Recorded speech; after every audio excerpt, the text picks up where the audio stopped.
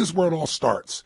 And to start this session, I'll tell you what I want to talk to you about. I want to talk to you about what's missing. Yeah, missing. What's missing from your life? You might say, wait a second, nothing's missing from my life, Tony. I'm on a roll. I'm here with you on the ultimate edge. I mean, my life is great. I'm just here because I like to improve a few things. Okay, I believe you. But if you're really honest, I bet there's something missing.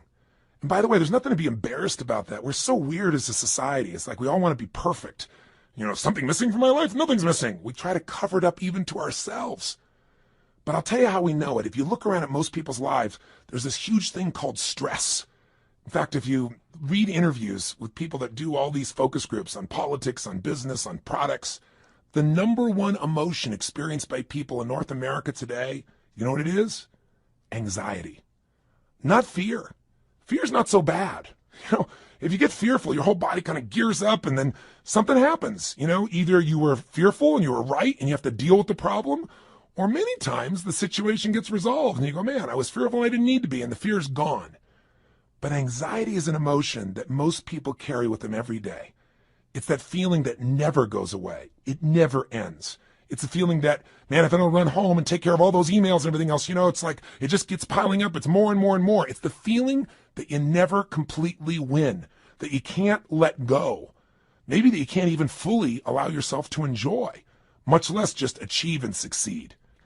See, the goal of this first session of this hour of power is to get you not just to realize how extraordinary your life is and appreciate what you have, but also to decide on what you want and to make it happen by making the shifts inside yourself that are necessary. But to make that happen, you're going to have to recapture what's missing. Not only what you want and what you need, but if there's one thing missing from most people's life today because of the way we live and technology, it's time. I mean, think about it. Not just time, but time for yourself. Time to actually feel. Time to not just react to the constant stimulus. Time to sit down and dream or decide, this is how I want my life to be. You know, this is what I'm committed to. This is how I'm going to live from this day forward. See, most of us are so caught up in making a living and reacting to the Crackberry or your iPhone or another set of emails or someone who's interrupting you in the middle of a conversation to take an email, you know, on their phone, or the buzzing in your pocket, or the stimulus of 1,000 channels. All of this set of triggers, all our normal business demands we have from our families. We want to take care of our families. We want to make a difference in the world and be the strongest we could possibly be. We want to achieve and succeed and be happy. And oh yeah, by the way, we got to deal with terrorism, economies that go up and down. And wow, what happened to that stock market? What happened to that real estate market? Or man, that subprime crisis. Ooh. Or, you know, what's happening in my business? There's all the normal stresses of the environment. And then there's how we've begun to live. And I'm here to say to you that if you will give yourself one gift, if you give yourself the gift a little bit of time to think, to feel, to be, to condition your body and mind to work together, the whole game can change. But if you don't, you can succeed like crazy. You can make it all happen and you can still feel empty. Have you been there? Where you made everybody else feel good and you were a super dad or mom or a business person and, you know, it's all there, but you still got stress. And don't get me wrong, I'm not saying you're not going to have stress in your life, but I'm saying there needs to be some time for you. Do you agree with me on this? So if you do that, you can make this psychological shift that changes life, the mental shift, the emotional shift, and the physical shift. Because after all, what are we talking about here when we talk about an extraordinary life? Let's remind you, what creates an extraordinary life no matter what's happening in our life? It's this psychology. And by the way, are you experiencing extraordinary life? Are we living in a world of extraordinary life? Extraordinary resources, yes. But depending on where you live in the world, you know, if you live in the Western world or, quote, the modern world, what you see mostly is stress. You know, I actually live all over the world in 4 different countries. But my primary residence, where I'm from originally, is the U.S. And, you know, here in America, we're 5% of the world's population, but we consume 80% of the world's cocaine. I mean, that tells you something's missing. When you got to coke yourself up, drug yourself out, hype yourself up with more caffeine, distract yourself as much as you can with your iPod, your music, anything to just change your state, it's because there's some level of fulfillment that's missing. Don't get me wrong, all those things are wonderful, but they've got to be things that we don't rely on to be alive. Would you agree? Kids today are 10 times heavier than they've ever been. And when I say 10 times, I'm not exaggerating by much. We have more obese people in America and frankly in the Western world than any time in human history. We're not exactly starving for food. We're starving for wisdom. We're starving for fulfillment. We're starving for the emotions that we want. And so most of us turn to drugs. And it isn't always a medical drug or even an illicit drug, but rather it's the drug of food. It's the drug of distraction. It's the drug of alcohol or cigarettes or something to be able to just kind of cope with the stress that's in our life. But that doesn't mean we have a better life. It's just a break for a moment. And then we re-enter that same world. Part of my goal here with you in the Ultimate Edge, and even in the beginning of this session, is to set up a new game for you that you design, that you can win, and that you can condition into your system so that when things get crazy, bam, you can go there. And it doesn't require you to go to some external stimulus to feel that aliveness, or to feel fulfilled, or to feel at peace, or to feel your center.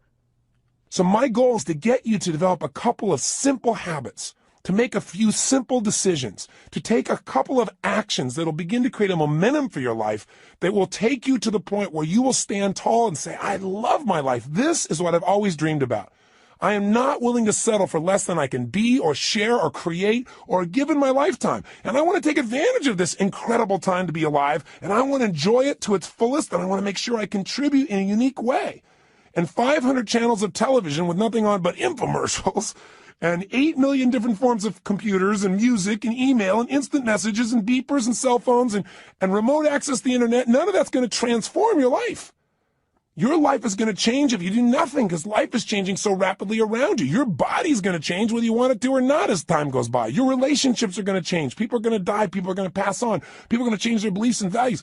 Everything in your life is going to change. You don't have to work at change. Change is automatic. Progress is not. To get the edge, you have to decide that you're going to make progress in your life. You're going to have to decide that you're not going to be one of those people just drawn by the river, and you also can't get off the river and just sit on the side because life keeps moving. You got to step in the river and you got to direct your course by knowing what you want for your life. Now, why don't most people do this? Because most of us are so stressed, we never take time for the thing that's really missing, time for ourselves. And what's really missing is we don't ever contribute to ourselves. We're so busy taking care of our children and worrying about our spouses and our friends and making sure at work we're accomplishing the tasks on time. And the last person who gets taken care of is us. And we live in a society that's supposed to be so selfish, so many people talk about, but the truth of the matter is most of us are working so hard to make sure everybody else is happy that we aren't happy within ourselves. And so I want to talk to you about what's missing. Time for you. I mean, when do we really stop and feel? I mean, really feel, remember who we are and what we're about and what we want from our lives. Most of us never find that time. And so what happens to most of us is since we're constantly in the action of doing, the old phrase, we're not human doings, we're human beings. It's kind of corny, but it's true. We don't take the time to be.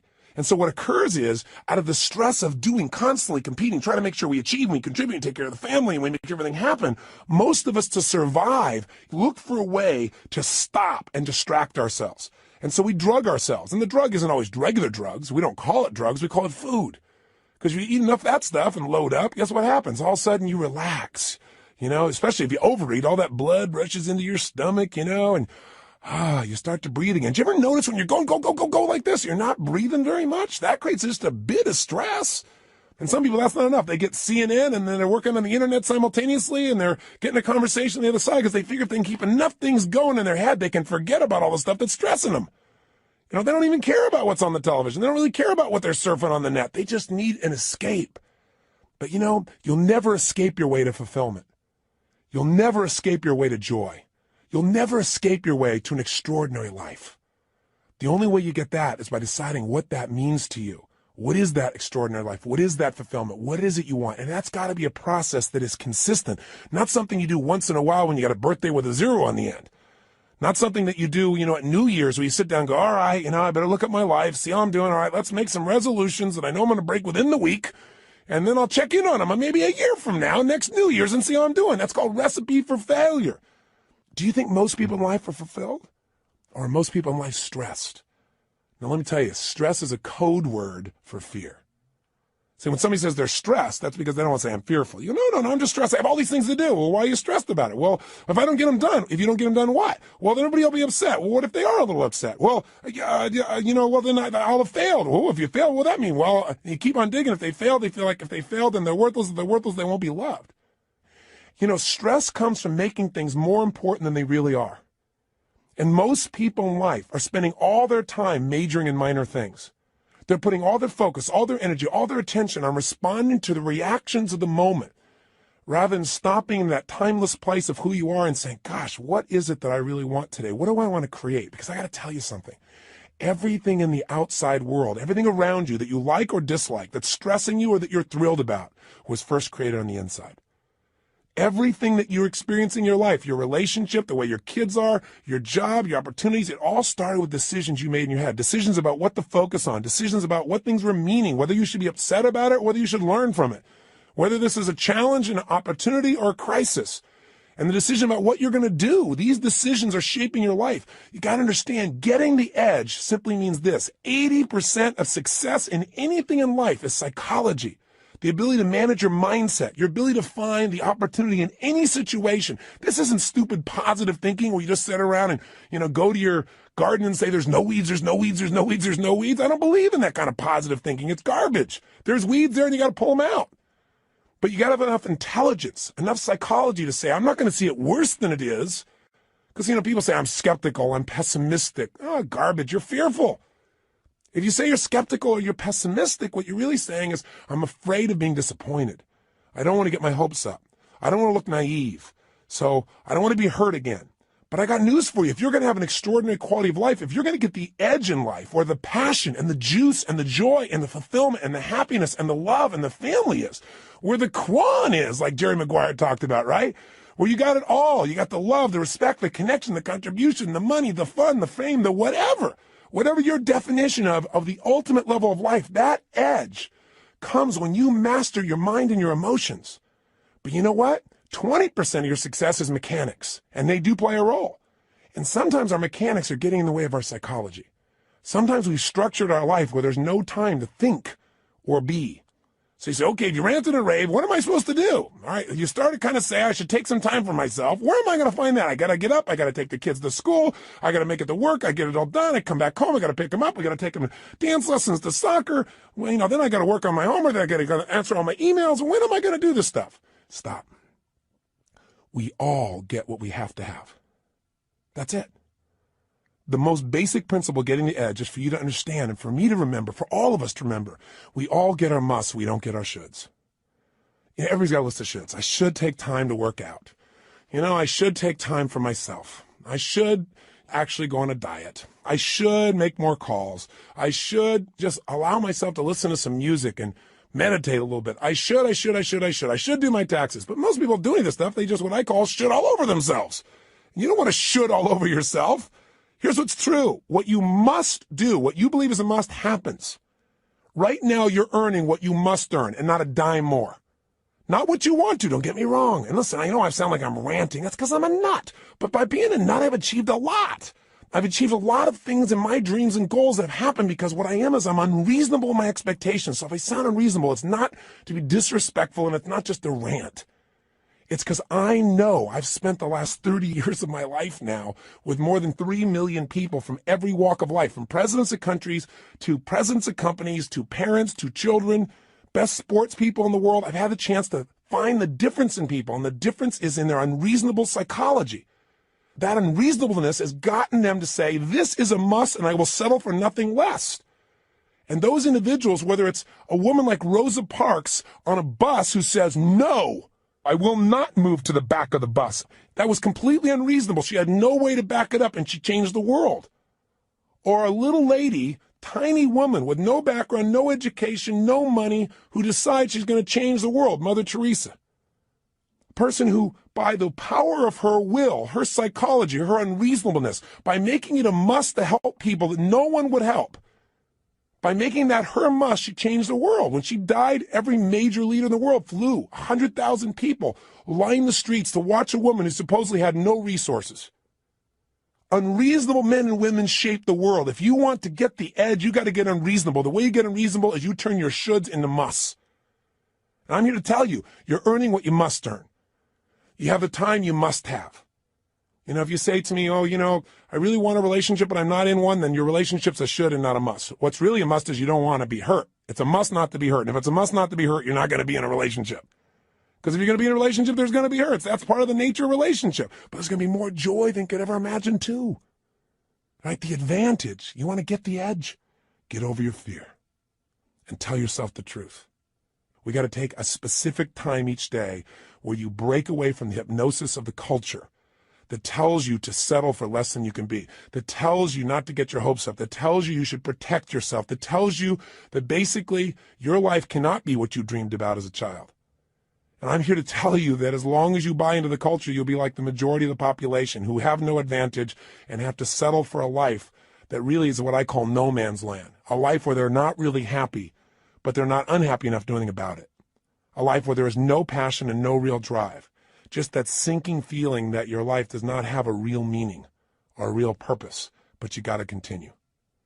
That's a place no one wants to live, and that's unfortunately where the majority of people live. Do you agree with me on this or disagree? If you disagree, I'm respectful of that. But if you want more, and if you believe that that's possible, and you're the kind of person that won't settle, then this is the first session in you reclaiming your power. It's the first session in you putting your foot down and saying, I will not be denied. It's the first session in you saying, my body, my mind, my emotions, my relationships, my finances, my career, they're not going to be perfect, but they're going to be extraordinary. And it won't be overnight, but what will change overnight is my expectations of myself. Not my expectations I'll suddenly be perfect without any work. This is not a little cajoling session to say, I'm going to pump myself up. I'm going to be Stuart Smalley and say, I'm good enough, I'm strong enough, I'm kind enough, and by golly, people like me. No! Some people don't like you. Some people are going to fight to try and keep you from achieving. Some people are going to tell you you're wasting your time. And some people are going to try and trip you up are people that you love. And it's not because they don't love you or they're trying to hurt you. It's they don't want to be left behind. Or they don't want, your success to make them feel inferior, like you're achieving, or even if you're not succeeding, even if you're striving. And they're not. There's contrast in that. That's part of life. You don't have to think anything else is to be dumb, and you're not dumb, or you would have turned this tape off a long time ago. So give this thing to somebody I don't like. This guy's crazy. I am a little crazy, but you got to be a little crazy. You got to be a little different. You got to be a little weird in your expectations of the rest of society, because if you agree with everybody else, you're in trouble. Somebody told me a long time ago, find out where the masses are going. Go the opposite direction. Your chances are better. You don't want to be part of the hypnosis of a culture that settles. Not if you want the advantage in life, not if you want the edge. And again, the edge is living life on your terms. It doesn't mean the edge over something or someone else. It means living at the level of life where life is fully worth living, where that meaning is there. So how do we do this? What do we need to do today to start this process? Well, the first thing we've got to do is understand what creates that extraordinary life. And we've already identified it. An extraordinary life does not come from more money, because lots of people have lots of money and they're still miserable. They're unhappy. They're unhealthy. Their relationships are weak. And there are people who have no money whatsoever who are totally happy and fulfilled. It's not coming from having a great relationship. That doesn't give you extraordinary quality of life. How many people have an incredible person who loves them totally, but they don't feel loved? Or they feel loved by them, but they still feel like their life is meaningless or worthless because they haven't achieved enough. They haven't done enough. Their body's not strong enough. Their kids haven't accomplished enough. See, it's not going to come from money. It's not going to come from relationship. It's not going to come from your job. It's not going to come from getting a raise. It's not going to come from anything but you finally stopping and understanding that the quality of your life is in direct proportion to the quality of the emotions you're in on a daily basis. If you live in frustration, if you live in resentment, if you live in anger, if you live in rejection, if you live in self-pity, if you live in those emotional states, the quality of your life, no matter what happens, no matter how much money you get, no matter how many people think they love you, no matter how much you achieve, will be worthless. If you live in a space of gratitude, if you cultivate the emotion of passion, if you cultivate the emotion of excitement, of love, of compassion, of drive, of hunger, of ambition, of appreciation, of grace, of humility, in those states, it won't matter what happens in your job. It won't matter what challenges come, because they're going to come. It's only a matter of time. You'll have another one soon. We all got problems. Problems are a sign of life. And the way we deal with them determines the quality of our life. And the way we deal with them is, where do you spend your time emotionally? Where are you? That idea of an extraordinary life only comes from an extraordinary psychology, which is a mindset that allows you to find an empowering meaning in whatever life gives you. I mean, I meet people all the time that are so upset over the littlest things, and you meet somebody who's terminally ill, and you don't even know it. You don't even know it. You find out later on from somebody else. They're so happy. They're so exciting. You talk to them and say, how do you do this? And they say, listen, to me, it's not how long I live. It's how I live. I'm here to live fully while I'm here, while I'm alive. I'm going to get upset about little stuff like that.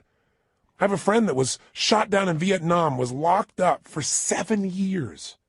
His name is Captain Jerry Coffey. And Captain Coffey and I have been friends for several decades now, but I'll tell you, the greatest thing he did that allowed him to make this one of the best experiences of his life, which is ridiculous as that sounds, he really experiences and believes, is because he developed a set of rituals while he was in that prison that allowed him to take control of his body, his mind, his emotions, and to this day, they live inside him.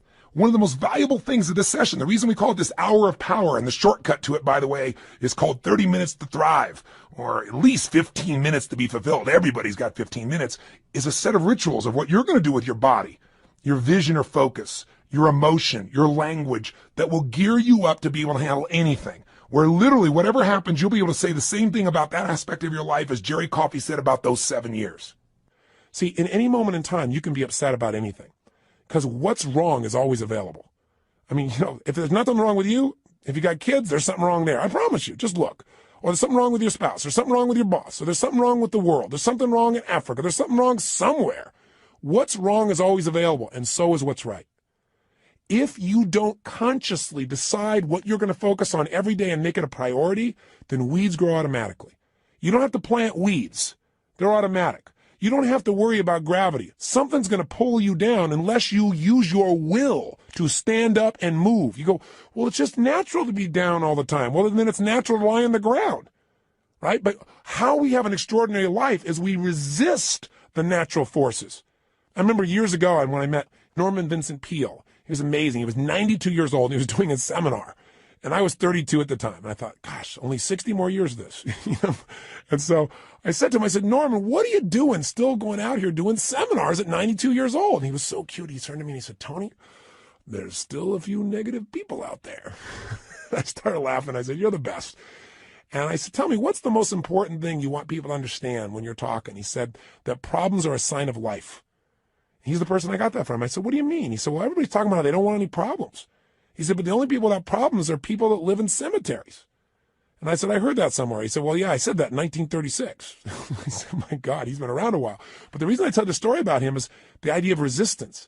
He said to me, when he first met Gene Tunney, who was the heavyweight boxing champion of the world back then, he said, I went up to Gene and I said, Gene, how do you get muscles like that? And Gene looked at me and said, do you really want to know or are you just asking? And Norman said, actually, I was just asking. But he said, I didn't say that to him. I said, yeah, I want to know. And he said, Gene looked at me. He got really intense. He put this grimace on his face. He made his bicep really huge and showed me the size. And he said, you know how I get this? Every day I push against enormous amounts of resistance. And my pushing against that resistance sculpts these muscles. They expand by demand. I thought, wow, expand by demand. That's pretty cool. And Norman looked at me and he said, I thought about that for a long time. He said, you know what I realized? He said, I realized that God gives us problems because problems are the resistance that we have to push against to sculpt our character, to sculpt our souls. And he said, if we didn't have any problems, we don't have a life. And I thought, he's right. The only thing I want is a better quality of problem. In the beginning, I had the problems like, how do I eat? How do I take care of myself? Then in my business, how do I get someone to show up? Then it was like, oh my God, we can't get a big enough stadium. These are quality problems. I have to remind my team of that. But the reason I tell you that is whether it's a problem or whether it's an opportunity, it comes down to focus. If you're in a lousy state, everything's a problem. When you're feeling strong, when you're in that place, when you feel alive, then all of a sudden what used to be a problem is like, we can handle it.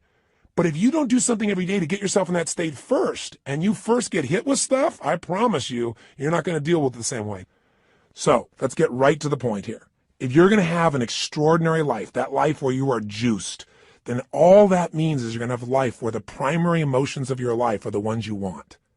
See, it doesn't mean that life works out every way you want. Sometimes it rains on your parade. Sometimes the events of your life you can't control, but you can control what it means to you. And when you control what it means to you, you have the ultimate power of your life. You have the edge. The ultimate advantage. See, I'll give you an example. Did you see that movie that won the Academy Award, Life is Beautiful? It's a story of a man who has an extraordinary life. Not because he has more money than anybody else, not because he's in a situation where everything is easy, but because he's alive. He has this joy about him. And by the way, if you've actually ever met Roberto Benigni, the man who plays this character, you know that he lives this way day to day. You know, he was authoring this thing from himself. He's such a joyous guy. And when he won the Academy Award, you never saw so much emotion. He was like a little boy, and everybody loved it because nobody else has the guts to be that way. Or they've forgotten what it feels like to just feel, to be alive. What makes him extraordinary? An extraordinary psychology, an extraordinary mindset, an extraordinary way of looking at the world. And in the movie, the man has that, doesn't he? And who does it affect? Everyone. Everyone within the realm of his influence. His wife feels like the most cherished person on earth, and so does he. Because when you give that kind of love and that kind of joy, people give it back. It's infectious. His son seems so happy, and they're in the middle of the Nazis taking over their country, and if you know the story, I won't run it, you know that they get picked up. And there's such a connection amongst the family that the wife is not being sent away, and she gets on the train with them. And they're in the middle of this camp. This man with his extraordinary psychology figures a way of looking at the situation for his son, presenting it so that his son sees it as a game. Isn't life a game anyway? Instead of this horrible situation. And because he has that perspective, in the end, his family survives. See, if you want your family to survive, if you want them to succeed, if you want them to have joy, if you want your kids to have a lasting love, if you want to be able to give gifts in your life and not just take care of yourself, then you got to have an extraordinary psychology within yourself. It's not where you live physically, it's where you live internally. There are two worlds, the inside world and the outside world. We can't totally control the outside one, but we have absolute control of the inside one. But you know what? Most of us are too busy to take any time to check out and see how it's going on in here. Or we just accept it as this is the status quo. This is who I am. This is my life. Or I'll get to it later. Mañana. I got to handle this first. Something else that's not so important. I want to invite you, my friend, to take the time to say, I'm going to have every day an hour of power. Every day I'm going to have at least 30 minutes to thrive. Or 15 minutes to be fulfilled, for God's sakes, where I'm going to take those 15 minutes and I'm going to focus on everything I'm grateful for. I mean, if we're going to have a life, we got to have time. And the time has to have some specific things we do, and one of those is gratitude. If you want to know what's the quality of your life, how much time do you spend in gratitude? How much time are you grateful and appreciative to the point that emotion wells up in you? I'm feeling it now. I'm so grateful to God. I'm so grateful to have the privilege to serve you right now. So if you can get to that state, everything changes. I'll give you an example. If you think about being fearful, when you're fearful, you're not grateful. And everybody's got fears. Fear they're not enough. Fear that it won't work out. Fear they won't be loved. Everybody's got that at some level unconsciously. We're human. So you can put the fear aside when you're grateful. I don't just mean intellectually. Yeah, I'm grateful for this. I'm grateful for that. I mean stopping, thinking, seeing, and feeling. So I'm going to walk you through a system that includes gratitude. Every day of our life, we got to have a vision. Every day of our life, we got to have something that excites us. When people tell me, oh, I'm bored, I'm tired, that thing is boring. No, you're boring because you don't have something that excites you in your life. You haven't come up with a vision. You haven't come something to move towards. We all need something that's going to make us use more of who we are, our courage, our passion, our joy, face our fears, build our emotional muscles. But you don't build emotional muscles when you do the same thing day after day after day. What you get is a life that's unfulfilling. So we've got to have a vision. So every day I'm going to take you through a simple process that'll get you to expand your vision so you have a compelling future, that thing that makes you want to get up early. There's a reason. You got to have a reason. And, I have friends that have sold their companies. One guy sold his company and made almost $1 billion in cash, about 800 million plus. And, he was so excited for about 2 months, maybe 3. But you know what? After that, there's only so much time you want to sit on the beach by yourself because everybody else is working, and doing something and being productive. There's only so many cocktails you can take. There's only so many, movies you can watch. There's a limit to it. What he needed was a new vision. anytime you achieve a goal, as you get close to it, you better set up the next one real quick, because otherwise it's kind of like postpartum. You were looking forward to that baby, and now you got him. You know, and sometimes in the middle of the night, you're going, what did I do here? Have you ever had that experience? I got 4 kids. I can relate. I hope you can. But you know what? You also have the experience on the other side of it. It's so wonderful. It's kind of like you got to have a vision for what your life's about now. Without a vision, people perish. And you got to have a daily vision that'll excite you. Otherwise, life becomes mundane. And there's nothing worse than an okay life.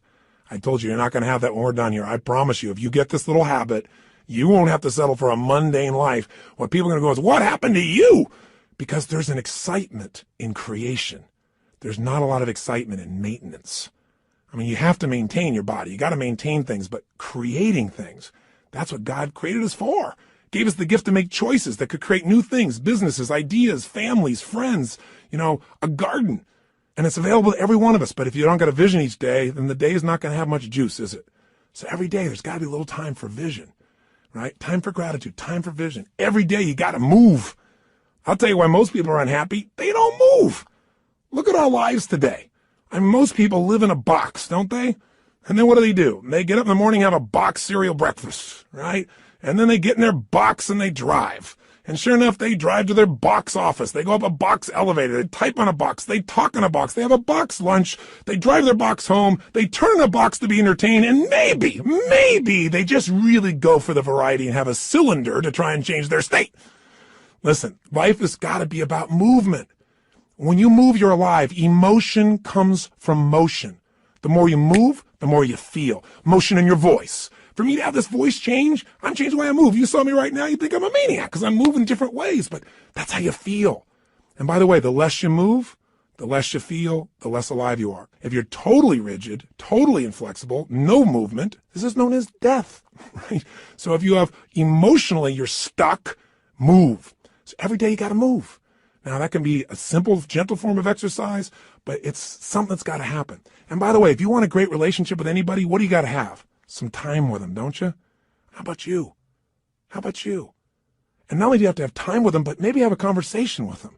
And most of us got conversations in our head, but we're not directing them. So we're going to show you each day how to have a conversation that you direct, a way of directing your mind, of shaping your mind, of conditioning your mind. It's kind of like going to the gym and just getting in the best shape of your life, but it's the best mental, emotional, spiritual, physical shape. And you don't need me to do it. I don't have to follow you around the rest of your life. This is going to be something you're going to do for yourself. And remember, if you don't do this every day, it's okay. I don't do it every day either. But I'll tell you what I did. I did it for years. I did it for months in a row. The way I shifted myself is I realized I can't do this once in a while. I got to drive it in my body. And I did. The physical change, the focus, the language, until I literally felt it, breathed it, experienced it. I mean, I literally drilled and programmed my mind that I would follow through, where I would expect the best, where I would take action without hesitancy. If you're not yet getting the result, come back to this process. If you miss a day, just do it the next day. But I will tell you this, if you do this for the next 30 days, 21 minimum, couple of weeks, absolute minimum, I'm talking at least 15, 20, 30 minutes, you're going to get momentum. You're going to get addicted to this. You're not going to be doing like it's a chore. You're going to look forward to this time with yourself. You're going to come out so vital and strong for your day, or at the end of the day to get ready for the next one. You're going to love it. And I will tell you, I've talked to people who've done this for years and then they stop for a while, and then something else showed up in their life and they know exactly where to go to get back on target. They come back to this hour of power. And you don't have to do the full hour. Just do 15 minutes to be fulfilled. Do 7, 8, or 9 minutes where you move your body. You get focused on what you're grateful about. You focus on what you really want. You do some incantations and you'll be rocking and rolling. And if you do that, you'll get momentum. Pretty soon you go, oh, let me do at least 15 minutes. Oh, man, this is feeling good. Let me go for a half hour. Don't you deserve at least 30 minutes out of your day? Out of 24 hours? An hour out of 24 hours to have the power and the juice and the excitement and the strength be activated in you? Listen, all this stuff's in you. But if we don't focus, if we don't activate it, we're not going to have the power and fulfillment we deserve. But if you do, I'm telling you, life, whatever you've dreamed about creating or shaping or experiencing, it'll be a cartoon compared to the experience you'll actually have of your life, or what you'll really create. I know this not only from my own experience, but from millions of other people who do it.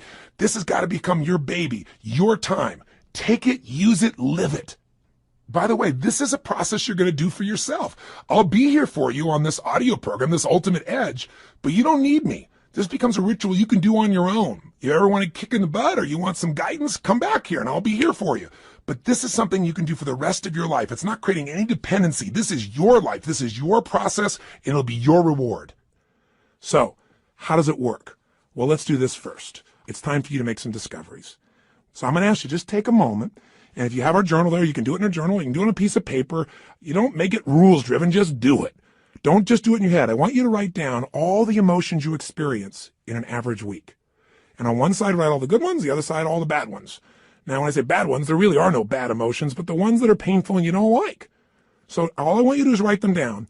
And when you write them down, try not to edit them. Don't try and say, well, just do it this way. If you experience this emotion on a consistent basis, doesn't mean every day, but at least once a week, write it down. The ones you consistently feel, not the one once in a while you feel this feeling, because what this is going to tell us is where you're really living right now. This doesn't tell me your income. I don't care. But I care about what you're passionate about. I care about what hurts you. I care about what you love. I care about what moves you. And you do too. And you don't even have to tell me the what's. Let's just figure out the feelings first. So please take a moment right now, because now we're going to begin to stop talking and we're going to start the process of doing. First step here is let's figure out where you are. Write down now, on one side, all the emotions you consistently feel in a week that are positive. On the other side, all negative. So stop the tape right now, or if it's a CD, just pause it and get yourself to this right now. Go ahead. Are you still listening? I'm not going to continue until you do this. Come on here. You got to get there right. Don't just listen. Okay, if you're in your car and you say you can't do it, then turn off the CD or tape, stop it, pause it, and do it in your head at least. Or pull the car over. You're worth figuring out where you are. Cars are going to go by. You're going to drive the rest of your life. You're still going to get there. It'll take 3 minutes. Come on, be one of the few to do. Pull over. That's it. Pull over right now. Sit down and write this out just for a second. I promise you it'll be worth it. Go ahead and do it. Do it right now. So now you have some emotions that you really want. How do you create them? And you have some emotions you don't want. How do you get rid of them? What if I told you literally could change how you feel in an instant?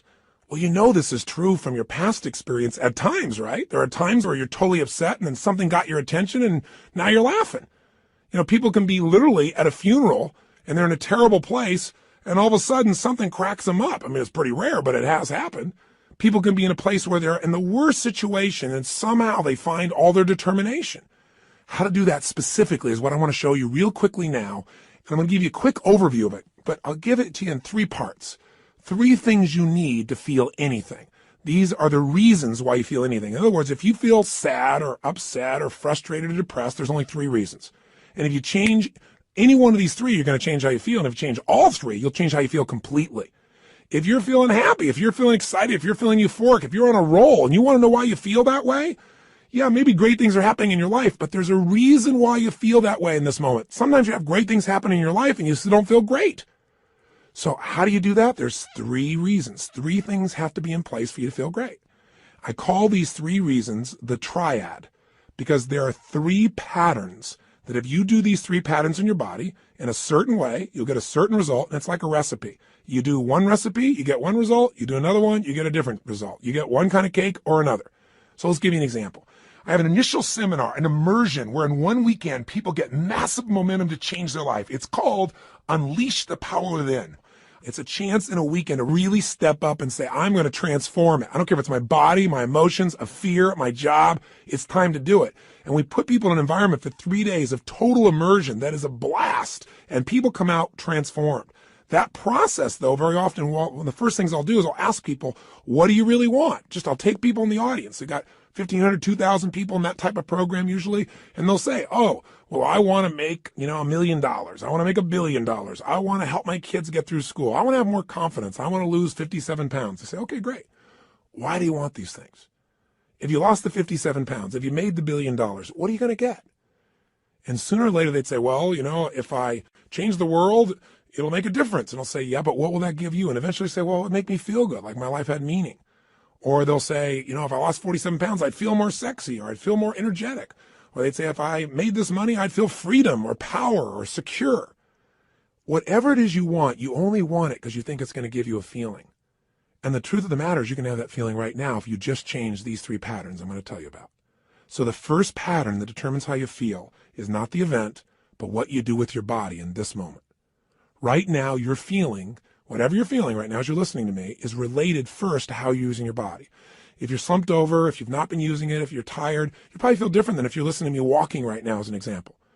Now, I'll give you a more specific example. If I were to tell you that there was a depressed person behind curtain number 1 over here, and for a $100,000 donation to your favorite charity, if you could describe them physically without seeing them, I bet you could do it, couldn't you? What's their posture like? You know, say it or think it at least. You can say it. No one's going to hear it. You're probably in the car. You're walking. People talk on phones all the time. They don't know what's going on. Speak to me. Seriously, what's their body like? First, their posture's probably what? Slumped. Where are their eyes? Down. Where's their head? Down. What's their breathing like? Full or shallow? Of course it's shallow. Their facial expression, up and tight or slack? You know it's slack. Now, how come you know all these things without me telling you? Because you've practiced this stuff before, haven't you?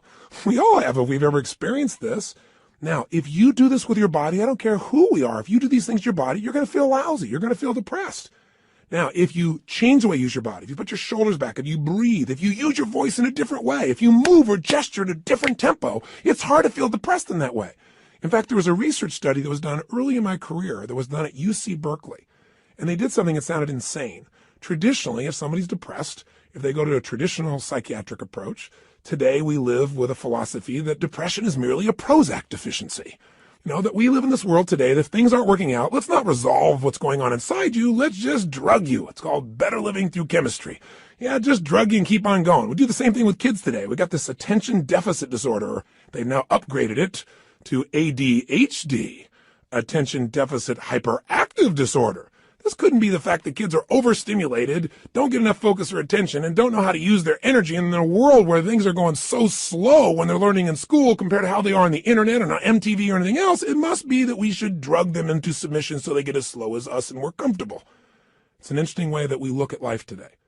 The truth of the matter is these kids are using their bodies in ways that aren't acceptable, but they're not being directed. We go for the quick hit. We want the instant solution, even if it isn't the long-term solution that makes us more healthy. You can get a solution, but it may not be sustainable in a healthful way. The bottom line is, in that approach, we usually drug people. So at UC Berkeley, they tried something different. No drugs. Did something you're going to think sounds so stupid. Here's all they did. They came up with a simple approach. They took people that were clinically depressed. This means you achieved high levels of depression. You've got certification now. You are clinically depressed. You are an achiever at the depression level. This means you've practiced this pattern on a regular basis. And they took them, and by the way, I know I'm sounding obnoxious right now. I'm not trying to make depression sound like these people are terrible, because I felt it in my life a long time ago too, but I don't go there anymore because I know exactly what creates it. And I want to break the pattern of us thinking we're not in control. So please understand where I'm really coming from. But the point is, here's what they did. They had people come for 4 weeks, stand in front of this mirror that has 3 parts to it, and do one silly thing. Grin from ear to ear. And they had to make them smile for no good reason for 20 minutes. Now, when they're doing this, they had a grin so big that they created crow's feet on the side of the eyes. You know, that little set of lines, you're smiling so big? Now, interesting, they keep their shoulders back while they're doing this and breathe fully. You go, dumb idea. But what happened? Not a single person was able to remain depressed, including a woman who claimed that she was depressed even while she slept, which is one heck of an accomplishment. And you know what's interesting? At the end of these 20 days, many of them had no need for medication anymore, and that's all they changed. Only one part of what we call their triad. Just the physical part. That's how powerful it is. See, if you rise up, if you move up, if you use your body in a totally different way, you're going to feel different. Emotion is created by motion. See, we have 80 muscles in our face. How many of them are you using consciously? Are you doing anything different with your body so you can feel different? Or do you do the same things so you feel the same things? You look at your list you have written down there. That list represents a few patterns that you do in your body on a regular basis and you don't even think about it. And whenever you do it, you're going to feel it. Some make you feel good when you do that. Some make you feel bad. By the way, when you think about a movement, to breathe, you got to move. To sing, you got to move. To speak. If I start talking like this, I'm moving organs in my body in a different way than if I start speaking more like this. And I said, hi, I'm Tony Robbins, and I'm going to share with you now how to have an extraordinary life during the next 7,000 hours of this program. You got, turn this guy off quick. There's got to be some combination of energy there, and that energy comes because I'm not sitting in a chair here. I don't have a script in front of me. I'm looking at this microphone. I'm visualizing your face, and I'm trying to think what I can give you that I know will make a difference based on 25 years of experience. And I'm telling you, the number one thing is change the way you move. Change the way you use your body, and you'll change the way you feel now, instantly. I don't care how bad you felt if you change it. Now, if you just change it for a second and you move your hands up for a moment, you make a little minor change, you'll get a minor change in feeling. But if you make a radical change, if you go, yes, I'm doing this now, I'm sick of this, I promise you're going to feel different than if you go, I don't know what to do. I know this sounds so stupid, but it works. And you know what? The best study of life is what works, even if it's simple. It's nice to have things simple. Why do we have to make it so hard to feel good? Here's the second part of the triad. The second part is the pattern of focus and belief, and they relate to one another. See, whatever you focus on, you're going to feel whether it's true or not. Have you ever had an experience where somebody did something, or you thought somebody did something? Even better example. You heard, you thought, and you thought they did it to take advantage of you. And as you focused on that, you got angry or sad or hurt. And then later on, you found out you were dead wrong, that either they never did it, it wasn't true, or that wasn't their intent, and you felt bad about it, or you felt embarrassed. How can that be? Because whatever we focus on, we feel, whether it's true or not. Focus equals feeling, just like the way you move affects your feeling. See, right now, if I said to you, what are you juiced about in your life? What could you be excited about? If you really wanted to be excited in your life right now, what could you be excited about? Or what are you proud of? Or what could you be proud of if you wanted to be proud? Or who in your life do you really love? Who loves you? Think about it for a moment. Who do you really love? Who loves you? By the way, how does that feel when you focus on or you think about someone you love? See, whatever you focus on, you're going to feel. Focus equals reality to the individual, even though it's not reality in actuality. I'll say that again. Focus equals reality to the individual, even though it's not reality in actuality. That's a complicated way of saying whatever you focus on, you're going to feel, whether it's true or not, because your brain doesn't know the difference between something you vividly imagine, that's called focus on, or something you actually experience. It's very powerful. If you use this to your advantage, it means something very simple. How fast can you change how you feel? As fast as you change your focus. As fast as you change the way you move. See, right now, if you're focused on something that's really upsetting or something you're worried about or something you're fearful about, you're going to feel those feelings. If you focus on something you're really grateful for, you're going to feel a totally different set of feelings. See, you are in control and you can change your feelings in an instant. The problem is we don't believe we can change that fast. And the second problem is we have patterns of doing this, don't we? We tend to, on a regular basis, focus on what overwhelms us, or focus on what we're upset with in our spouse, or focus on why we failed in the past. And if you keep focusing on things where you didn't succeed, guess what? You're going to feel like a failure. And when you feel like a failure, you're not going to take action to make things better. You can't build on the past that doesn't work. But you can also focus on what you want, on what you want to create. You can focus on the solution. Hey, when you got a problem, everybody's got problems. But 95% of your time has got to be spent on the solution. 5% of the problem. Most of us spend all the time describing the problem more and more and more and more detail, and we wonder why we feel overwhelmed. Focus is the secret key to changing, and you can do it in an instant. One way to change your focus is to change the third thing, your language patterns. See, all day long we're thinking. What's thinking? All day long you're asking and answering questions with yourself. Should I do this? What does this mean? Why is this? Where is this going on? That's what initiates thinking, is a question. You know what the problem is? We have patterns of questions we ask that don't serve us. Some of us ask questions like, how come this always happens to me? Well, it doesn't always happen to you. But if you ask a lousy question like that on a regular basis, your brain goes, because you're an idiot. How come I can never lose weight? Well, you can lose weight, but ask a lousy question, ask and you shall what? You receive. How come I can never lose weight? Your brain says, because you're a pig. Come up with a better question, for God's sake. See, questions direct us. Questions are a form of language. And if you want to change your life, one of the things I have people discover is what questions you're asking. And also, what phrases do you say a lot? Because phrases hypnotize us. We have certain words by themselves that'll change the way you feel. If somebody says to you, hey, listen, I think you're mistaken about that. You might have one feeling. They go, you're wrong. You feel something very different just by the language. If somebody says you're lying, you have a whole different feeling, don't you? One word can change the way you feel when someone else speaks it to you. The words you select powerfully affect you. And I don't mean just being positive and doing the Stuart Smalley thing where you got positive self-talk, right? And you say, I'm good enough, I'm strong enough, and by golly, people like me. No! I mean noticing the habit of the words and the emotions they create. And then third part of language is the phrases that you say with such emotional intensity that you start to believe them. We call those incantations. An incantation is like, if you remember studying mythology, a sorcerer would tell a prince over and over again a phrase over and over again with such intensity that he'd be hypnotized and he'd think that he was a frog. And so, of course, he was a frog. That's what he experienced. We experience whatever we focus on. We feel whatever we picture. We feel whatever we say to ourselves. We feel whatever we do with our bodies. Those are the three patterns. If you change those three patterns, any one of the three, you're going to change how you feel. If you change all three, you're going to radically change how you feel. If you change the pattern of how you use your body, if you change the pattern of what you focus on daily, which, by the way, I'm going to show you a technique for doing today that could change your life. Very simple. If you change the pattern of what you say to yourself with the emotional intensity you say it, you're going to change the pattern of how you feel. Now that means you could pick any feeling you want and say, if I want to feel that way, what do I do with my body? When I'm in that state, how do I move? How do I speak? What do I do? Let me try it. When I'm feeling that good, what do I focus on? What do I really focus on? And by the way, what does it mean to me when I focus on it? Because you can focus on something and one person looks at it and says, because that happened, that's why I can never be close to another man or woman in my life. That's why I can never trust again. And somebody else had the same experience. And they go, because that happened, you know what? I've learned so much about myself. And because that happened, I appreciate the person I'm with now so much. You can't have a foreground without a background, right? That's the secret to life. We have absolute choice. We have absolute control about how we feel. And whatever feelings we put in our lives on a regular basis will determine the quality of our lives. So you can have frustration, anger, upset, overwhelm, insecurity. You can be fearful.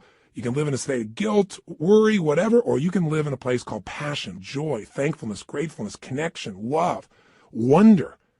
And if you create those emotions on a regular basis, are you going to have a different life? You bet you are. Okay, so how do we take these three understandings and make it so we don't have to think about it, but we actually, on a regular basis, condition ourselves to have the great emotions we want and get rid of the emotions you don't want? Well, first step is awareness. See, next time you start to feel like, oh, so frustrated, I'm so angry about this, notice what you're doing with your cheeks. What are you doing with your mouth? What happened to your breathing just now to do that? What's happening to your eyebrows? Are you tightening your fingers in your hands? Because we all have very specific things we do to get into our version of anger or frustration or tired or overwhelmed. Does that make sense? Just notice what's happening in your body. Say, okay, I'm not breathing. That's a clue. Let me start with a little change there. My mouth is so tight, I can't even talk. That might be a clue why you're a little uptight. So loosen your jaw. Second thing, okay, what am I focusing on? I'm focusing on how, this isn't working. Now, to help you understand the belief part, ask yourself, in order to feel this way, what would I have to believe? In order to be frustrated, what would I have to believe? I have to believe that it should be better than it is, and it's not, and it's not working. Well, maybe it isn't working, but is that going to help you to focus on it isn't working? Let's focus on what we can do. Or if you say, I feel like it's hopeless because in order to feel hopeless, I have to believe that there's nothing I can do. Is that really true? Is there's nothing you can do? Or are you just caught up in a state? Are you just caught up in a pattern? See, if you ask yourself, what do I have to believe to feel this way? It'll help you to break that part of the triad because you'll start to say, yeah, that isn't really even true. All right, so that'll help you there. Third part of awareness is to say, okay, what am I saying to myself? Why do they do this? How come they always do these things? Why don't they ever listen? Well, I'm asking a lot of lousy questions because they may listen sometimes, but I'm saying they don't. I'm saying it with total intensity. Of course I'm going to feel bad. Let me change what I'm saying. Let me change what I'm asking. How can I turn this around? What do I need to focus on to make this work? What's the truth here? Maybe I can't control it all, but I can control what it means to me. What does this really mean? If you just have that awareness and you break your pattern, you can get out of a negative emotion in a moment. Then you can say, well, how do I want to feel? To feel like that, what would I have to focus on right now? What would I have to believe? I have to believe, I can turn anything around. I may not like it, but I can make it happen. It's just another challenge that God's given me to sculpt my soul. Throw it at me. That's what this is about. Now, here's what you can do that'll make this part of your life. You make it a simple ritual. When you use the word ritual, some people think of something religious or something, hocus pocus. Rituals, a simple word for rituals would be habits. But I think rituals is better because every person has rituals, whether they know it or not. In fact, your rituals equal your results.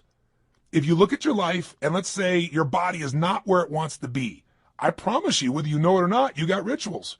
What do? You start your day the same way each day. I'm sure you start your day by first going on a wrong walk or exercise approach. You eat really consciously. That's why you're overweight, right? Wrong. You may be starting off at Starbucks, and then you're going for that muffin, and then you're rushing off and not really taking care of yourself, and so your body never gets the right start. And What do you end up doing when you get to the office? You have a set of rituals. Whenever people are failing, they have rituals that cause them to fail to achieve what they want. Listen, if you come home and the first thing you do when you go home is you go straight into turning on your email, and flip it on, or you flip on the news in the background, and you do all these different things, if the first thing you don't do, people have rituals in their relationships.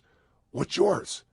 What's the first thing you do consistently each day when you go home? I know every day's different, but there's some overall patterns, aren't there? I mean, people who have a great relationship have a very different ritual than people that don't. There may be people that love each other, but there's no passion because what's the first thing they do? Their ritual is come home, hey, honey, a little kiss on the cheek, and then boom, go straight and turn on the email. Or boom, go and turn on the news or something in the background. Or say, I got to go take a break right now. They don't connect. They don't have some ritualistic way to connect that produces energy and excitement or playfulness or fun.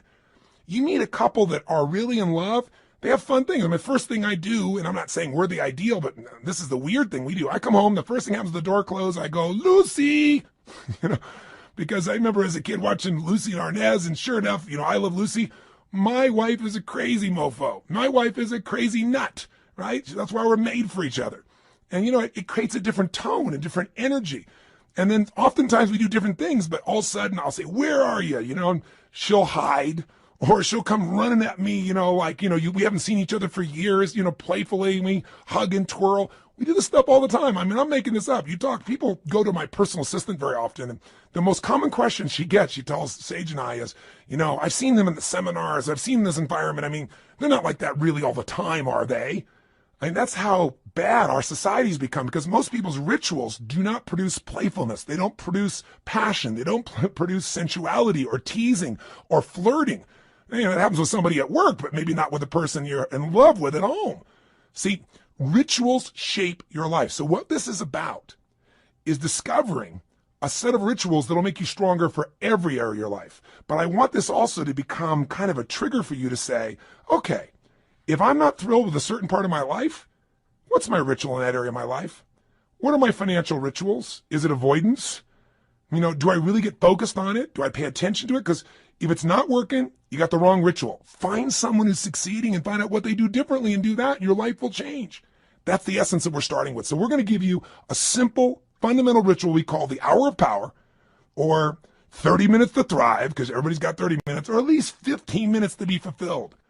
So what does it look like? Here's what it is simply. At the end of the session, there's another CD you can actually take with you on a walk.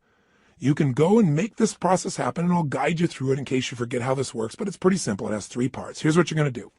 The first step is that you want to make sure that the moment you wake up in the morning, there's no hesitancy to get up. So you start to train your body, which is training your mind. Remember, your body and mind are linked. Whatever you do with your body, it's going to affect your mind. You want to train your body to jump out of bed immediately with energy, without hesitancy, and to start moving. Because remember, emotion comes from motion. We've got to move. Now, ideally, you would exercise in the morning. There's a lot of reasons to do that because of all the times. And by the way, I'm a night person, so I understand if you go morning, I ain't jumping out of bed in the morning. I turn on around midnight or 1 in the morning, and sometimes I don't go to bed to 4 or 5. So what I'm talking about, you can adapt, but just hear me out. The ideal time to work out is in the morning, because if you exercise in the morning, you turn on your metabolism and you have it for the whole day. If you don't exercise, you get no metabolism and you just keep gaining fat, and your body loses its strength and you lose muscle every single year, especially as you age. But if you can train yourself to do that in the morning as the first thing, even if you have to get up earlier or go to bed slightly earlier or just take 1 hour less sleep or 30 minutes less sleep or 15 minutes less sleep, if you can do that in the morning, you turn on the metabolism, but you also turn on your emotions. Movement and breath are the first phase. So what you're going to do, have your shoes beside your bed. And if you've got somebody to do this with, it's even better. I mean, if you got your lover and the first thing you do is get up in the morning and you can spend time walking with them, that's great. But you get up and you physically move. You go for a walk anywhere. You get outside, you get out of the house, you move immediately. Now, walking doesn't sound very dynamic and you may want to run, but you walk first to start warming up your body, warming up your metabolism. And as you're walking, there's a pattern of breathing that when you do it, it will stimulate your body to cleanse itself and it'll start to move everything you need. And the ratio of breath is you're inhaling 4 breaths in a row. So it's, and then you're exhaling 4 in a row.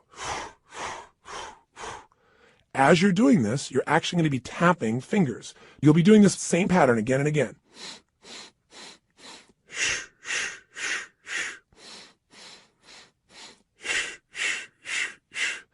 This pattern of breathing will alter your state. You will literally, after doing this for about 5 minutes, begin to feel radically different. Now, you're going to inhale through your nose, as you probably heard, and exhale out your mouth. And this is something called breath walking. There have been studies done on this at MIT, and it literally alters brain functioning. But you don't have to know the studies to be able to feel what it does in your system. So all you're going to do is for the first 5 minutes, enjoy yourself. Get up. You don't have to worry about, oh, I got to run right now. My back's sore. You just get up and you start to walk. You walk for about 5 minutes with this breathing pattern. Step 2, you get grateful and you begin to visualize. So in phase 2, what you're going to do now is you're going to cultivate the emotion of gratitude. What you're going to do very simply is, remember I said fear disappears when you're grateful. The minute you're grateful, you're rich. When you have everything in your life to be grateful for and you don't feel that emotion, you got nothing. You're poor. So this has to be a daily emotion. It's like the antidote to all the stress, the antidote to all the frustration. But you got to cultivate it, because if you go into a state of depression on a regular basis, pretty soon your body goes there automatically because it's conditioned, it's trained. It's like what we call anchoring it. By going into that physiology, by breathing, and by visualizing. So what you're going to do is you're going to focus on and ask yourself, what are all the things in my life I'm grateful for while you walk? So you're outdoors, you're moving, so your pattern of physiology makes you feel good. Now, as you're moving, you think about everything you're grateful for. And I usually start with a circle. I start with myself right here and my wife, Sage, and I think about all the things I'm grateful to God for in my life, my health. I start to think immediately, okay, my family members, and I think about them and I send love to them. I make this spiral of thought going out. And then I think about my close friends and my close business associates, and then all the people I get to serve through my work in the world. And I just expand it. You think of moments you're grateful for. You know, a moment that I had with my son where he shared something with me that just made me cry. It was so beautiful. You know, there are moments in your life. So what are we doing? We're moving and breathing. That's changing your physiology. We're being grateful. That's a focus. And so now you change your focus. And now what you focus on is everything that you really want in your life, but you focus on it from the state as if it's already been achieved. I honestly start just giving thanks for it as if it's done. I am so grateful that that business deal has come together the way it has. So what I do is I begin to see it as if it's already done. Because remember, your brain can't tell the difference between something you vividly imagine and something you actually experience. So I see it. I feel it. I think about it. I feel the emotion as if it's already achieved. The more you can program your body and your mind and your emotions that something's achieved, your brain can do things you're unaware of. And if you focus on what you want continuously, you'll move towards it. Whatever you focus on, you move towards. Most people are focused on what they're afraid of. So as an example, when somebody's out of control in a car, they immediately look at the wall they don't want to hit. And of course, as they look at it, they steer right into it. The same thing happens in life. Wherever you focus, that's where you go. Don't focus on what you fear. Focus on what you want and make it real. The more certain you are that what you want can happen, the easier it is for your brain to figure a way. When you say this is important, your brain starts noticing anything that'll get you to what's important. And if you believe it's already happened, you know enough about life that when you have that kind of certainty, your brain will find the way. Now you start focusing on today. What do you want to create today? You think about meetings you're going to have. What do you want to make that happen? Instead of going, oh, I got to go to this meeting. What do I want? Most people think about what they have to do. Think about what you want to do. Who do you want to turn on, excite, make happy? Who do you want to make laugh? What do you want to achieve there? What do you want to accomplish? See, the more you can see it in advance, you got to remember, everything that's in your outside world started in your inside world. Everything in my life, my kids, my businesses, this conversation with you started as something in my head, and now it's real. The same is true for you. You got to create in your head first the way you want it if you want it to show up in your life the way you want it. Most people create in their head what they don't want, and so, of course, they keep manifesting what they don't want. So even for this day now, focus on what do you want to create out of this day. Think about what's coming up. How do you want it to go? How do you want to feel? How could you respond? And just get yourself juiced about the day. So now what you need to do is incantations. So if you're walking, as you're walking, you can be doing this. You can even be doing it with the same breath you started with, where you can be going, I love my life. I love my life. I love my life. You go, that sounds so positive, thinky tone. But you know what? If you do it over and over again, you're going to be vibrating. I've done incantations my entire life. It's how I've conditioned myself. 25 years ago, when I first started speaking, I was 17 years old. I'd made some changes in my life really quickly, and I started sharing it. And I didn't have speaking skills, but I had a state. You know when you're in state and things just flow? It's just like having a conversation. You don't have to think about it. It comes out of you. But I made myself get in state because I was fearful. So I said, I got to focus on how to serve, not on am I going to do a good job. I need to focus on giving, not on how am I going to do. If you focus on how you're going to do, you're going to get worried. So I created an incantation, and I've done it for 25 years before I go on stage every single time. If anyone's been backstage, they'll see what I do. I make a big change in my body, take an explosive breath, shh, and I do this thing I call a power move that stimulates my body so I'm at the strongest state I can be. Second thing I do is I do my incantation. And what I do is I say this. I say, I now command my subconscious mind to direct me in helping as many people as possible today to better their lives by giving me the strength, the emotion, the persuasion, the humor, the brevity, whatever it takes to show these people and get these people to change their life now. And I do it again and again and again. Now I can do it once today, and I'm there. Because I used to do this literally for 45 minutes driving someplace. I'm driving my old Volkswagen Bug. I'm supposed to do this speech to share with people how they can do these things. Or I'm supposed to meet this person one-on-one. And I would literally chant this out loud. Now, why do you do it out loud?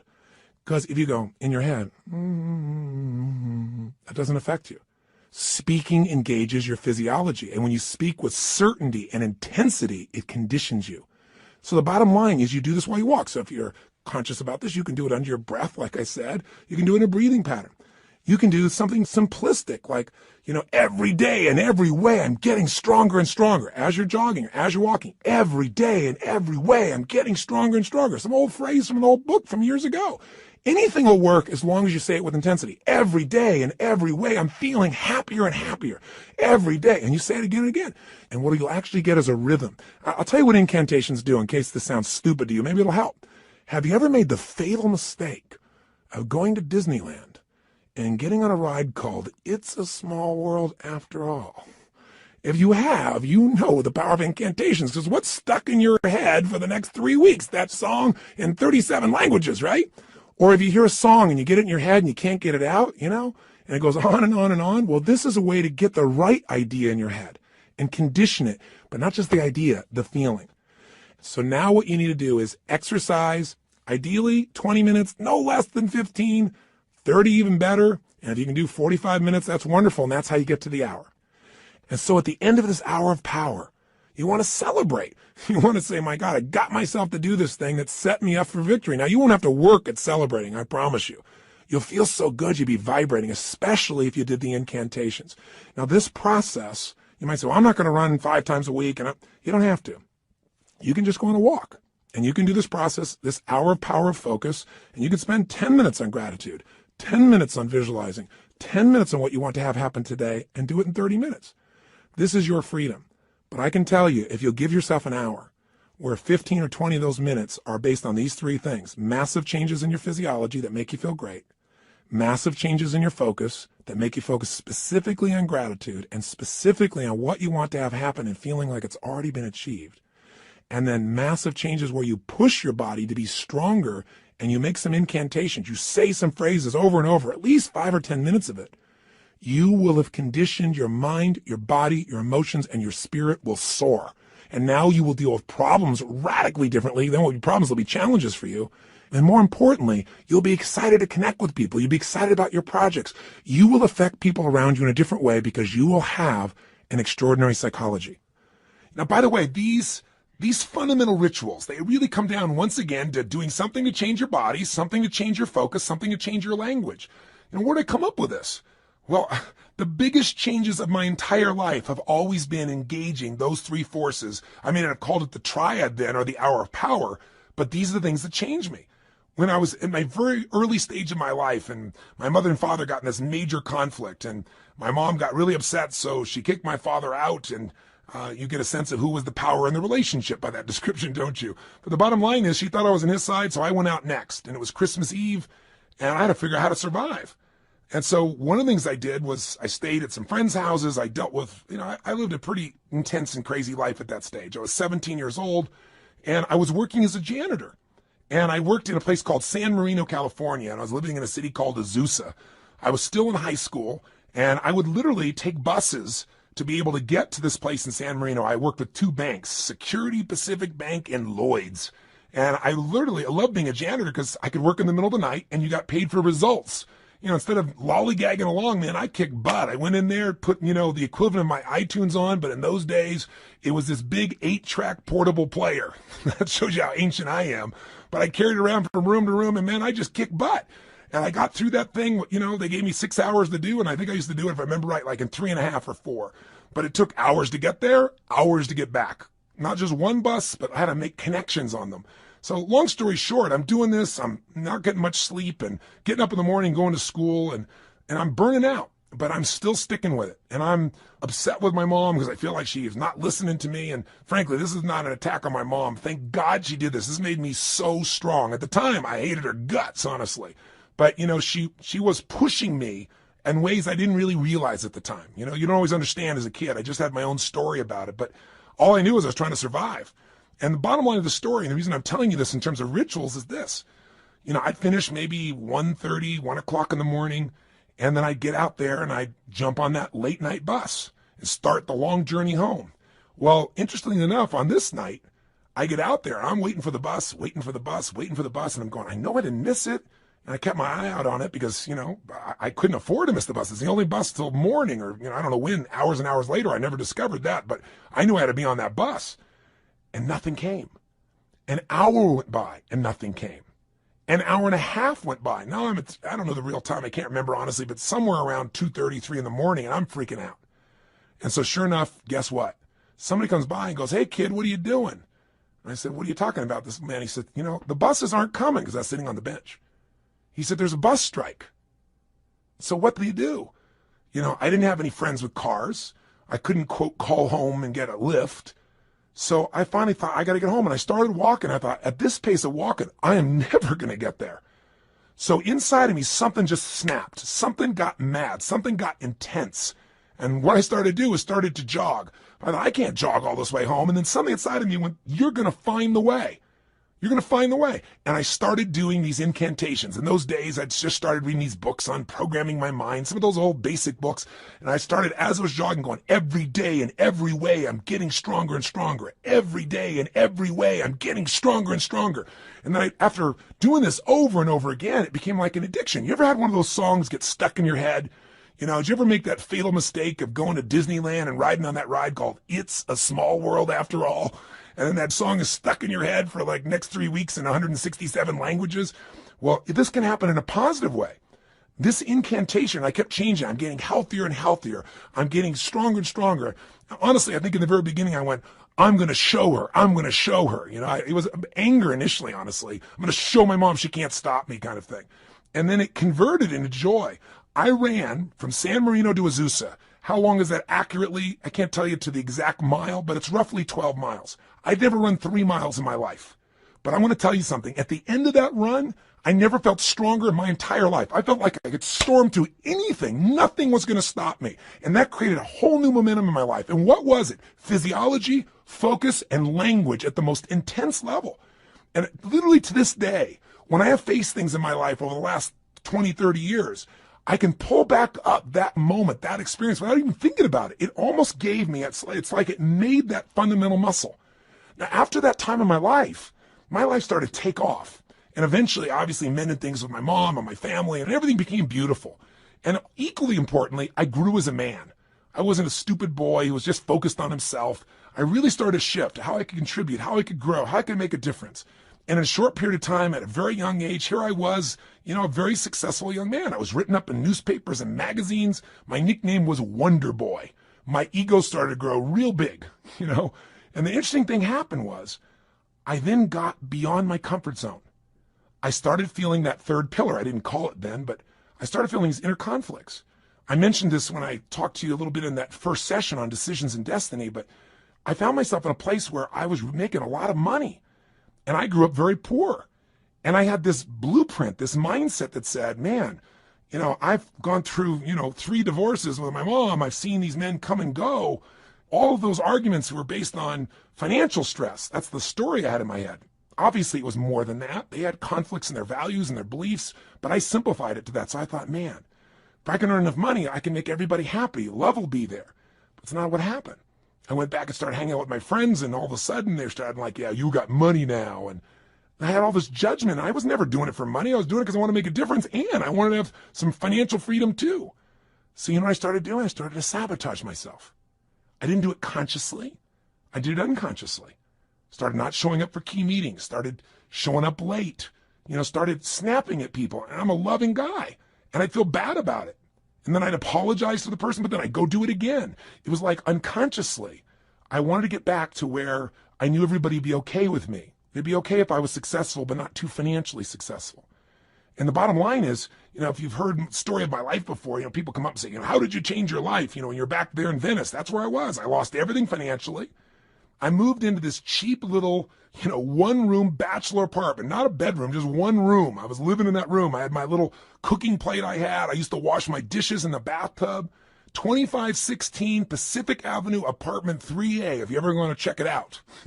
I literally went back there years ago and knocked on the door to see who was living there and see if I could help them out, see if lightning could strike twice in the same place. That's a whole nother story I'll tell you sometime. But the point is, I found myself in this place where I was waking up each day feeling sorry for myself. My life was a mess. I was watching television all the time. I was eating to try and fill myself up because I wasn't filled up emotionally.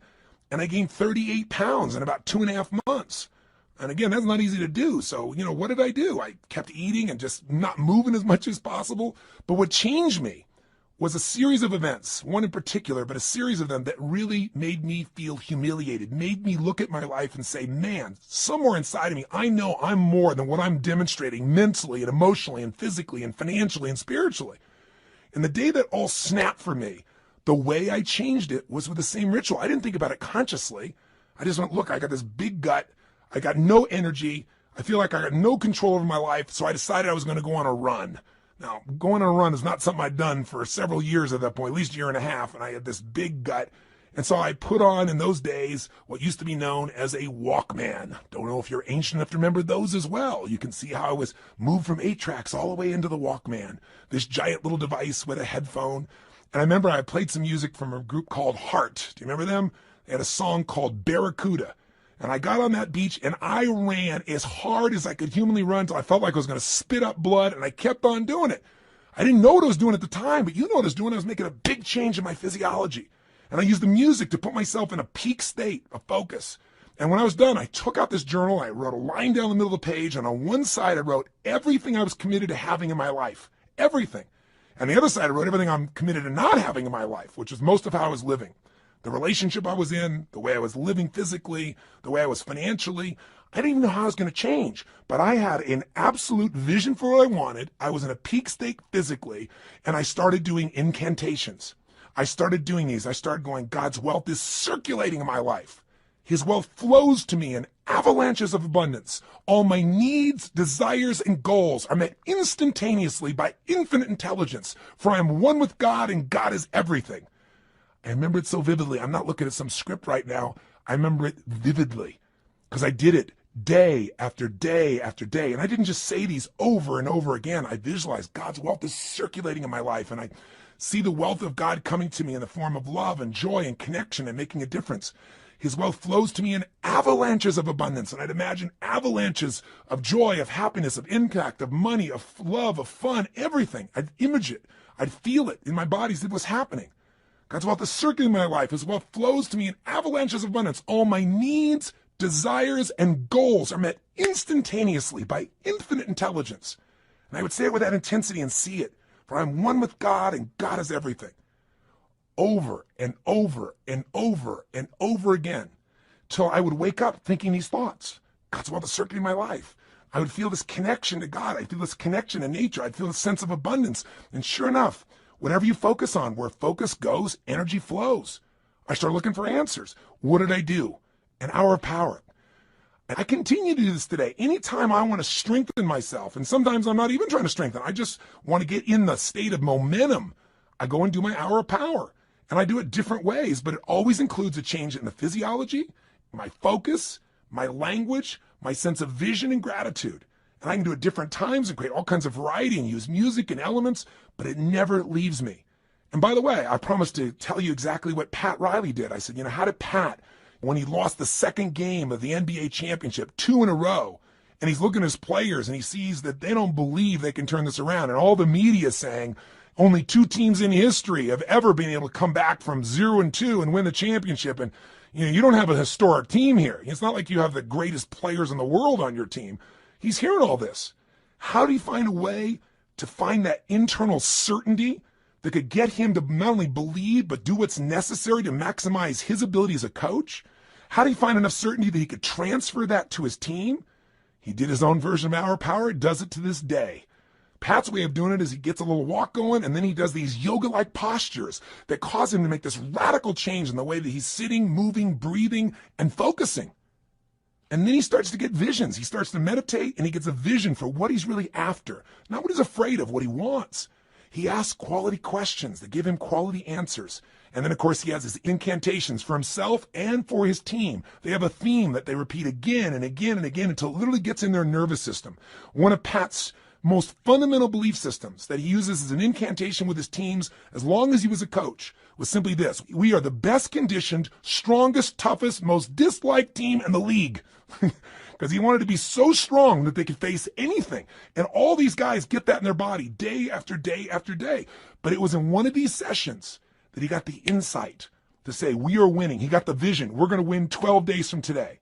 And then his second hour of power, he got the insight. Okay, I'm going to get these guys to have certainty because I'm going to tell them they're only bringing 1 suit. We're not booking in any other hotel rooms, only 1 night. There isn't going to be a 7th game. We're winning on the 6th game, and we're even going to book the venue for victory here in Miami that night when we get home. I mean, I'm going to box us in. He got that out of an hour of power. And then the sharing of the experience of Martin Luther King's writings that came on his 3rd day of hour of power during this process. You want insights? If you want an extraordinary body, it takes a ritual, doesn't it? A ritual of diet or a ritual of exercise. If you want an extraordinary emotion and spirit, it takes rituals. One of those that you might want to add to this hour of power is prayer. If you believe in prayer, this is it. And this is a form of it. Maybe the greatest prayer is not asking for things, but saying, thank you. Thank you, Lord. Getting in that place on a daily basis for no less than 15 minutes to fulfillment, and ideally the hour of power, will change your life more than anything else. And if you did it for 6 months, your life will never be the same. Because all the research shows that if you even exercise for 6 months, you'll exercise for the rest of your life because it becomes physically addictive to you. If you get away from it, you'll feel pulled to do it.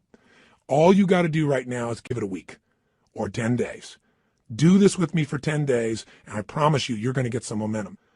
And by the way, if you want to guarantee success, do it for 30. This process works. All you got to do is give yourself the gift of a little bit of time each day. Are you going to do it? Are you going to follow through? You bet you are. And I'll be with you each step of the way. Now, I know this audio session is much longer than any other than a workshop, because I really wanted to hopefully engage you. My goal was to do everything I could to get you to give yourself what you deserve and to tell you the 3 things that you got to take control of and to remind you of the fundamentals that your life is nothing but your emotions. If you get the right emotions, you'll work out. If you're determined, you'll work out. You can change a state that fast, but you got to get the habit. Are you sold? I hope so, because the sale is for you. It's not for me. It's for you to create what you want long term. If you will do this, and you'll even do it 4 days a week, if you'll just get a habit that you'll commit to and not break, your pride will soar. Because when you just discipline yourself a tiny bit, and by the way, this doesn't feel like discipline, it feels like joy when you do it. But if you discipline yourself just a little bit, you get a positive habit you've consciously created, it spills over into all the areas of your life. So thank you for listening. And what I want you to do is, tomorrow I want you to go do this first thing in the morning. I want you to start out your day by doing this hour of power, or this 30 minutes to thrive, or these 15 minutes of fulfillment. Just do it. And by the way, if this sounds complex and I've overloaded you because it's been a long session, don't worry. I'll walk you through it fresh as we do it, but make sure you get started. The hardest part is the first step. The hardest part to get is momentum. So my friend, I plead with you. Give yourself this gift each day. I mean, this is really one of the most important decisions of your life. And I hope my crazy, outrageous approach pushed you in the right direction and didn't push you away. I hope somehow I found my way into your heart or your intellect or whatever part of you we've got to reach to push the button that launches your life to the next level, to the level it deserves to be. So this is the beginning of a brand new journey. And I'm really grateful that you've allowed me to be your coach in this first part of the process. I think we can make immense progress. So let's start taking real action. Let's not just talk a good game, you and I. Let's do it. Just get your butt out there, because once you get